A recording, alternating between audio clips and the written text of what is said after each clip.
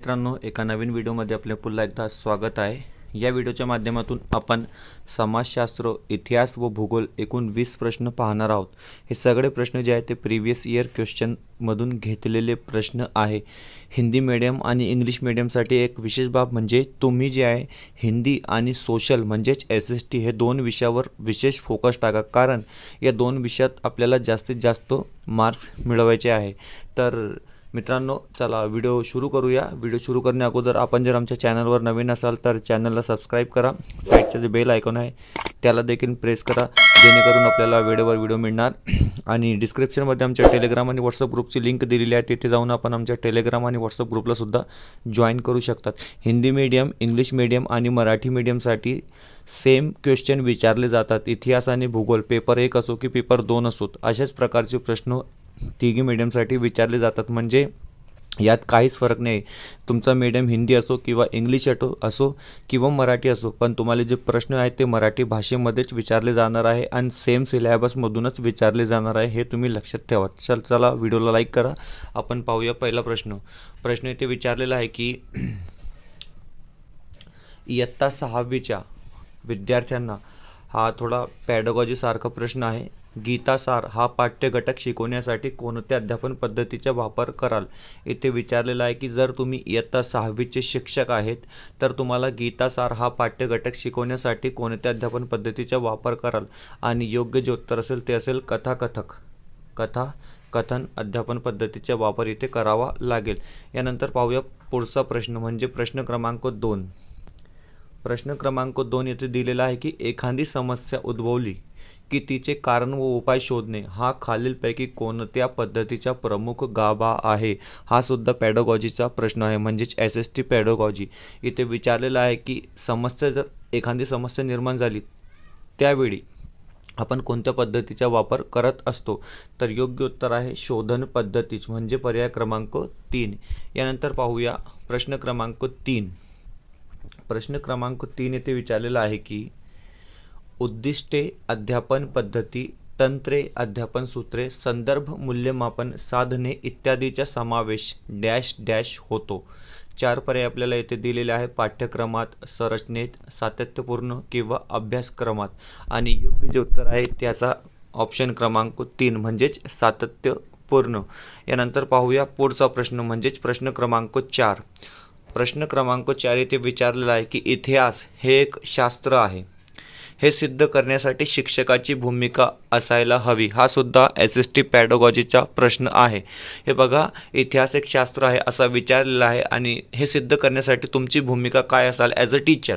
4 पर्याय आपल्याला इथे दिलेले आहे आणि योग्य जे उत्तर असेल हे बघा, न्यायाधीश नसतो किंवा अध्यापकही नसतो। तर 2 पर्याय आपल्याला इथे उरलेले आहे आणि आपली जी भूमिका असते ती असते शास्त्रज्ञाची, म्हणजेच पर्याय क्रमांक 2 जे असेल ते आपलं योग्य उत्तर इथे असणार आहे।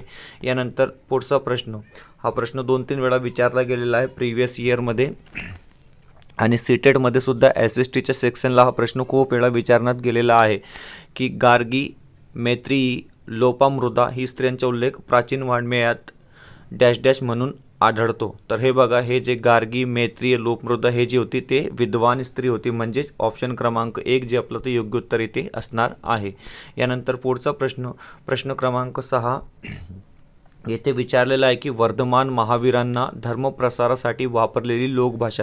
हे बघा, वर्धमान महावीर यांनी आपल्या धर्मप्रसारासाठी कोणती लोकभाषेचा वापर केला होता आणि त्यांनी जे भाषेचा वापर केला होता ते होती अर्धमागधी, म्हणजेच पर्याय क्रमांक 3 जे आपलं ते योग्य उत्तर इथे असणार आहे। यानंतर पुढचा प्रश्न क्रमांक 7। प्रश्न क्रमांक 7 इथे विचारलेला आहे की मगध राजाचा विस्तार करणारा पहिला राजा, हे बघा, मगध राजाचा विस्तार करणारा पहिला राजा कोण आहे? तर पहिला राजा होता बिंबिसार, म्हणजेच पर्याय क्रमांक 3 आपला ते योग्य उत्तर इथे असणार आहे। जास्तीत जास्त प्रॅक्टिस करा तुम्ही SST इतिहास आणि भूगोलची, म्हणजे 60 मार्क्सचे प्रश्न विचारले जातात। यानंतर पुढचा प्रश्न आहे बघा, प्रश्न क्रमांक 8। ब्रिटिश पार्लमेंटने मंजूर केलेल्या 1858च्या भारतविषयक कायद्यातील महत्त्वाची तरतूद। 4 पर्याय आपल्याला इथे दिलेले आहे आणि पहिला पर्याय भारतातील ब्रिटिश सैन्यात वाढ करणे, ऑप्शन नंबर 2, भारतातील कंपनीची सत्ता नष्ट करणे व कंपनीच्या भारतातील प्रदेश सैन्य आरमार प्रशासन यंत्र आपल्या ताब्यात घेणे. पर्याय क्रमांक 3, भारतात लोकशाहीची स्थापना करणे.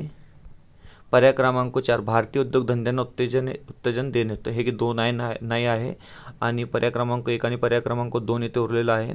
1858च्या भारतविषयी कायद्यातील महत्त्वाची तरतूद म्हणजे पर्याय क्रमांक 2 काय तरतूद केली होती, तर भारतातील कंपनीची सत्ता नष्ट करणे व कंपनीच्या भारतातील प्रदेश सैन्य आरमार प्रशासन यंत्रणा आपल्या ताब्यात घेणे अशा प्रकारची तरतूद करण्यात आली होती. यानंतर पाहूया पुढचा प्रश्न, प्रश्न क्रमांक 9. प्रश्न क्रमांक 9 इथे विचारलेला आहे की जिल्हा परिषद बरखास्त करण्याचा अधिकार कोणास असतो. हे प्रश्न आमच्या कम्युनिटी टॅबमध्ये सुद्धा मी दिलेला होता की जिल्हा परिषद बरखास्त करण्याचा अधिकार कोणास असतो. तर हे बघा, जिल्हा परिषद बरखास्त करण्याचा अधिकार जे असतो ते असतो राज्य शासनाकडे. म्हणजेच पर्याय क्रमांक 3 जे आपलं ते योग्य उत्तर इथे असणार आहे. यानंतर पाहूया पुढचा प्रश्न, प्रश्न क्रमांक 10. प्रश्न क्रमांक 10 येथे दिलेला आहे की नगर परिषदेच्या प्रशासकीय यंत्रणेचा प्रमुख डॅश डॅश हा आहे. तर हे बघा, नगर परिषदेच्या प्रशासकीय यंत्रणेचा प्रमुख जे असतो तो असतो मुख्य अधिकारी. म्हणजेच मुख्य अधिकारी हे याचा प्रमुख असतो. यानंतर पाहूया भूगोलचा प्रश्न. भूगोलचा प्रश्न इथे आलेला आहे, पृथ्वी सूर्यभोवती प्रदक्षिणा घालते याला डॅश डॅश म्हणतात. पृथ्वी सूर्यभोवती प्रदक्षिणा घालते याला काय म्हणतो आपण, तर याला परिभ्रमण असे म्हणतो. म्हणजेच पर्याय क्रमांक 2 जे असेल तर आपलं योग्य उत्तर इथे असणार आहे. यानंतर पुढचा प्रश्न विचारलेला आहे की पृथ्वीच्या पृष्ठभागावरील सर्वात मोठे अक्षवृत्त कोणते. हे बघा, पृथ्वीच्या पृष्ठभागावरील सर्वात मोठे अक्षवृत्त जे आहे ते आहे विषुववृत्त. ऑप्शन क्रमांक 3 जे आपलं ते योग्य उत्तर इथे असणार आहे. यानंतर पुढचा प्रश्न, प्रश्न क्रमांक 13 येथे विचारलेला आहे की प्रश्न क्रमांक 13, मांजुली हे नदीच्या पात्रातील जगातील सर्वात मोठे बेट डॅश डॅश नदीच्या पात्रात आहे.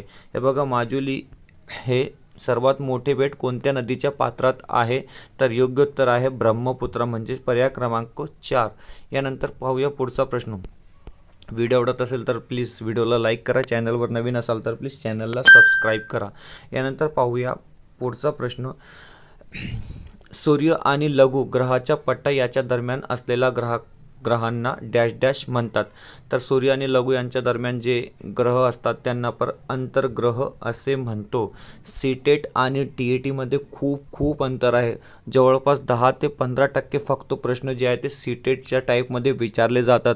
दोघांच्या सिलेबसमध्ये आणि दोघांच्या परीक्षेमध्ये खूप अंतर आहे. तर तुम्ही सीटेटला टीएटीची कम्पेअर करू नका किंवा टीएटीला सीटेटशी कम्पेअर करू नका. यानंतर पाहूया पुढचा प्रश्न, प्रश्न क्रमांक 15, घटक राज्यातील विधानसभेच्या निवडणुका पार पाडण्याच्या जबाबदारी डॅश डॅश यांची असते. हे बघा, घटक राज्यातील जे निवडणुका पार पाडण्याची जबाबदारी असते ते राज्यपालावर असते. म्हणजेच पर्याय क्रमांक 4 जे आपल्या इथे योग्य उत्तर असणार आहे. यानंतर पाहूया पुढचा प्रश्न, प्रश्न क्रमांक 16 येथे दिलेला आहे की खाली दिलेल्या जोड्यांमधील चुकीची जोडी ओळखा. तर चुकीची जोडी आपल्याला इथे ओळखायची आहे आणि तोरणा प्रचंडगड बरोबर आहे, रायरी रायगडसुद्धा बरोबर आहे, मुरुबदेव विशाळगड आणि भोरप्या प्रतापगड हे सुद्धा बरोबर आहे. पर्याय क्रमांक 2 जे असेल ते आपली चुकीची जोडी येथे असणार आहे. यानंतर पाहूया पुढचा प्रश्न म्हणजे प्रश्न क्रमांक 17. प्रश्न क्रमांक 17 येथे दिलेला आहे की तोरणा किल्ला पुण्याच्या डॅश डॅश आहे. तर हे बघा, तोरणा किल्ला जे आहे ते पुण्याच्या नेतृत्वेस आहे. यानंतर पाहूया पुढचा प्रश्न, प्रश्न क्रमांक 18. प्रश्न क्रमांक 18, भारतातील पारशी समाज उपयोगात आणत असलेल्या कालगणनेना पद्धतीला कालगणना म्हणतात.